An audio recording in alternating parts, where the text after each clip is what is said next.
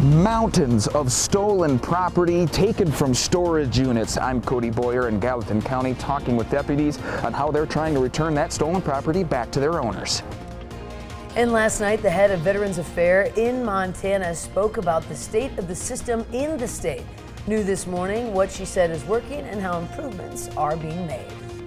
6:30 on this Thursday. Chet Lehman, Missy O'Malley, Matt Elwell. There was in that Cody Boyer story, I saw a couple of hats and sweaters in that list. Maybe check in with the sheriff's office and get them back because you might need them here in the next couple of days. Right. Certainly there's some light snow falling in parts of southwest Montana. It's not widespread. We're just seeing light snow showers and it's tapering off pretty quickly. But you'll want to watch the roads. This is a look at Bozeman Pass right now. We're seeing some snow falling in Livingston. It looks like the pass may have some snow and ice according to MDT, but at this point, Homestake looks pretty good. Temperatures holding into the 20s early on. Teens out toward West Yellowstone. Of course, you're not seeing a lot of low-level coverage, but there are some snow showers in the region. Off and on snow showers throughout the day. Temperatures are going to struggle a bit, but not nearly as much as next week. We're going to break down our Arctic blast coming up in just a few minutes. What you meant to say is temperatures are going to struggle, but not nearly as much as Chet is. That's what you meant to say. That's what I was thinking. That's it, right? 6:31 now. I know. Sorry. Gallatin County Sheriff's deputies have recovered thousands of stolen items, and now they're trying to find the rightful owners. This is a big one. MTN's Cody Boyer has more on these stolen items. The Gallatin County Sheriff's Department does say that all of these stolen items all came from the same place, a storage facility from 5 different units. When you take a look at the sheer amount of stolen property, the Sheriff's Office says this was a large-scale endeavor. I don't know that I've seen such large items before in such a magnitude stolen before. Vacuums, ammunition, televisions, furniture, ranging from chairs, refrigerators, and more. According to Detective Coulter Metcalf, this is the photo album of thieves, and it started with a single tip. In November, the Sheriff's Office was made aware of a large amount of stolen property that spanned actually 5 different storage units where it was being housed. Some collections are made up by single items, like this crock pot. Others could fill an entire house. You're talking about people's entire lives that were stolen. Think of everything that you might have in your house. That's in this group of stuff. And the number of victims ranges in the hundreds. We've already linked, I would say, a large amount of property to approximately 200 victims. We have about 400 more photographs of stolen property that we haven't linked to any victims yet. Now, to keep track of the more than 600 different photos, at least at one time, the Sheriff's Department has started a new program to lay them all in one spot. We're looking at items that were stolen from as far away as Yellowstone County and as far back as 2012. But for now, no known suspects, who Metcalf says use the unnamed storage facility as a collecting spot. These items have been taken from all sorts of different places, job sites, other storage facilities, ranches, all over the place. In the end, Metcalf says getting back mountains of stolen items is a success. It's a great victory for law enforcement. It doesn't matter the community size. There will always be an element that's willing to take advantage of that. In Bozeman, Cody Boyer, MTN News. Wow. Now, a big item, a 4-wheeler, was also among those stolen items, which already has been returned to its owner. You can find the direct link to the Gallatin County Sheriff's Office on our website. Who steals a leaf rake? Wow. Holy cow. If you want to steal my storage unit, more power to you, because check in after the show. Missy will give you the combination to get in. So he can take care of some things for me. Thank you. 6:34, we're going to shift gears just a bit. A man was sentenced to life in prison last week for the 2018 murder of an Anaconda woman. Troy Johnson was sentenced for deliberate homicide on Friday in connection with the May 15th beating death of Shelley Schaefer in her Anaconda home. Johnson will not be eligible for parole for at least 30 years. This is an interesting one. Can local law enforcement officers in Montana detain someone at the request of federal immigration officials?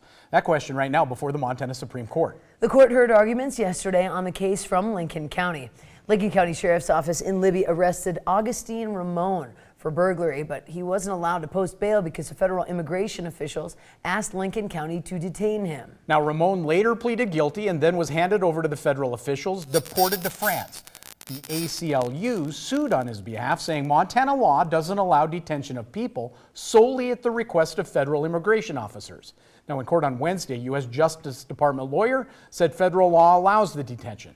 But under the questioning by Justice Dirk Sandifer, an attorney for Montana counties conceded that there's no such authority in state law. Supreme Court will rule on that case later.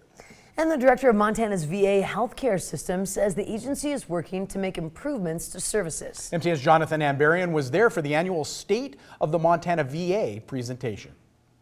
On Wednesday evening, Montana VA Director Judy Heyman said she believes the agency is going in a positive direction. I think things are going very well. We've made a lot of improvements in the 6 months that I've been here. Heyman delivered the State of the Montana VA presentation for the first time since taking over as director in June. Leaders say the VA currently provides care for more than 47,000 veterans across the state. One of the major concerns they've heard from those they serve is about turnover among health providers. Heyman says they've been actively recruiting for physicians and other providers across their 17 care sites. She says they've filled most of their vacancies. We have many more fully functioning patient-aligned care teams across the state than we've had probably in the past year or more. The VA is also working to expand a number of its locations around Montana, which could allow them to add more providers. Heyman says data shows their efforts are having positive effects. Since we've been able to recruit new providers, that results in reduced wait times for veterans to get in to see us for care. Those who attended Wednesday's presentation said they're hoping to see more improvements from the VA. They brought up issues they've seen with things like primary care, women's health, and peer support. Heyman says they're listening, and they want to hear from more veterans around Montana. We always appreciate feedback. If we don't know something, we can't improve our process. In Helena, Jonathan Amberian, MTN News. Jonathan tells us the Montana VA has a staff of around 1,200 people covering almost 150,000 square miles. Wow. And here's new research that's making a strong connection between financial policy and mental health. Yeah, this is interesting. Montana has the highest suicide rate in the nation. This new study is a study that looked at the states that raised their minimum wage above the federal level in the last 2 decades. It found raising a minimum wage $1 led to the suicide rate dropping between 3 and 6%. This is fascinating. Now, that's about 14,000 fewer suicides. When the wage went up $2, it was almost 26,000 less. Experts say there needs to be more understanding that mental health factors are not always controlled. Now, we talked to a financial therapist about how just a little more money can make a difference. The researchers called it the death by despair. And I wonder if getting to a number that seems livable means that you have more of a sense of accomplishment or a sense of purpose or a sense of like, I am an adult doing an adult job. Now, Megan McCoy says money and mental health are linked. Financial stress can cause depression or anxiety. Mental issues can lead to financial stress through things like compulsive spending. That's why she says there's special help you can turn to. I wish that people saw money as numbers. I wish it was just math and numerics on the paper, but it's not. So my whole goal with clients is to get them to embrace that it means more than that, and also try to get them to distance it and try to create a spending plan where they can actually spend money in accordance with their values and feel good and safe with their purchasing decisions. Now, the Financial Therapy Association has a list of certified therapists all over the country on its website. Now, that's an interesting story. Certainly is. But she does make a good point. More money, more problems. When you have too much money, too much compulsive spending. Two-edged sword, for sure. That's right. 6:39 now. This is an interesting story, too. A hound dog, a survivor's heart, getting a second chance after a Livingston animal shelter says the hound was shot. Shelter staff says he is lucky to be alive. I want you to meet Amos. Stafford Animal Shelter in Park County says their rescue partners help every pet out of Hardin. Found Amos struggling to live after getting shot in the shoulder with a bullet exiting through his neck. Now, shelter staff says Amos, sometimes call him Famous Amos, was severely underweight and malnourished, and then the rescue group sent him to Livingston. Now, since then, he is recovering. He's officially become adoptable as of yesterday.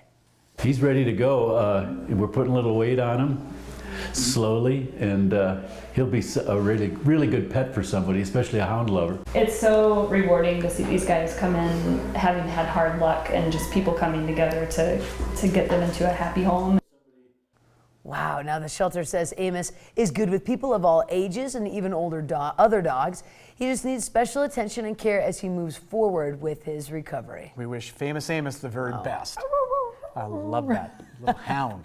Oh, he looks like such a good boy. It is time for a quick break. When Montana This Morning returns, we're going to head back to Vegas, where the Consumer Electronics Show has the latest of cool tech. But first, we're going to head to New York, check in with Tony DeCopel to see what's coming up at 7 o'clock. Good morning. Ahead on CBS this morning, a new warning about fake military draft notices, what you should do if you receive a text message saying you're headed to Iran. Plus, we'll take you inside Puerto Rico's severely damaged power plant, see the effort to restore electricity. Also, Prince Harry and Meghan, they are splitting not from each other, but from the royal family. Royal biographer Tina Brown joins us with why they made the decision now and the reaction from inside the palace, which says not so fast. We'll see you guys at 7.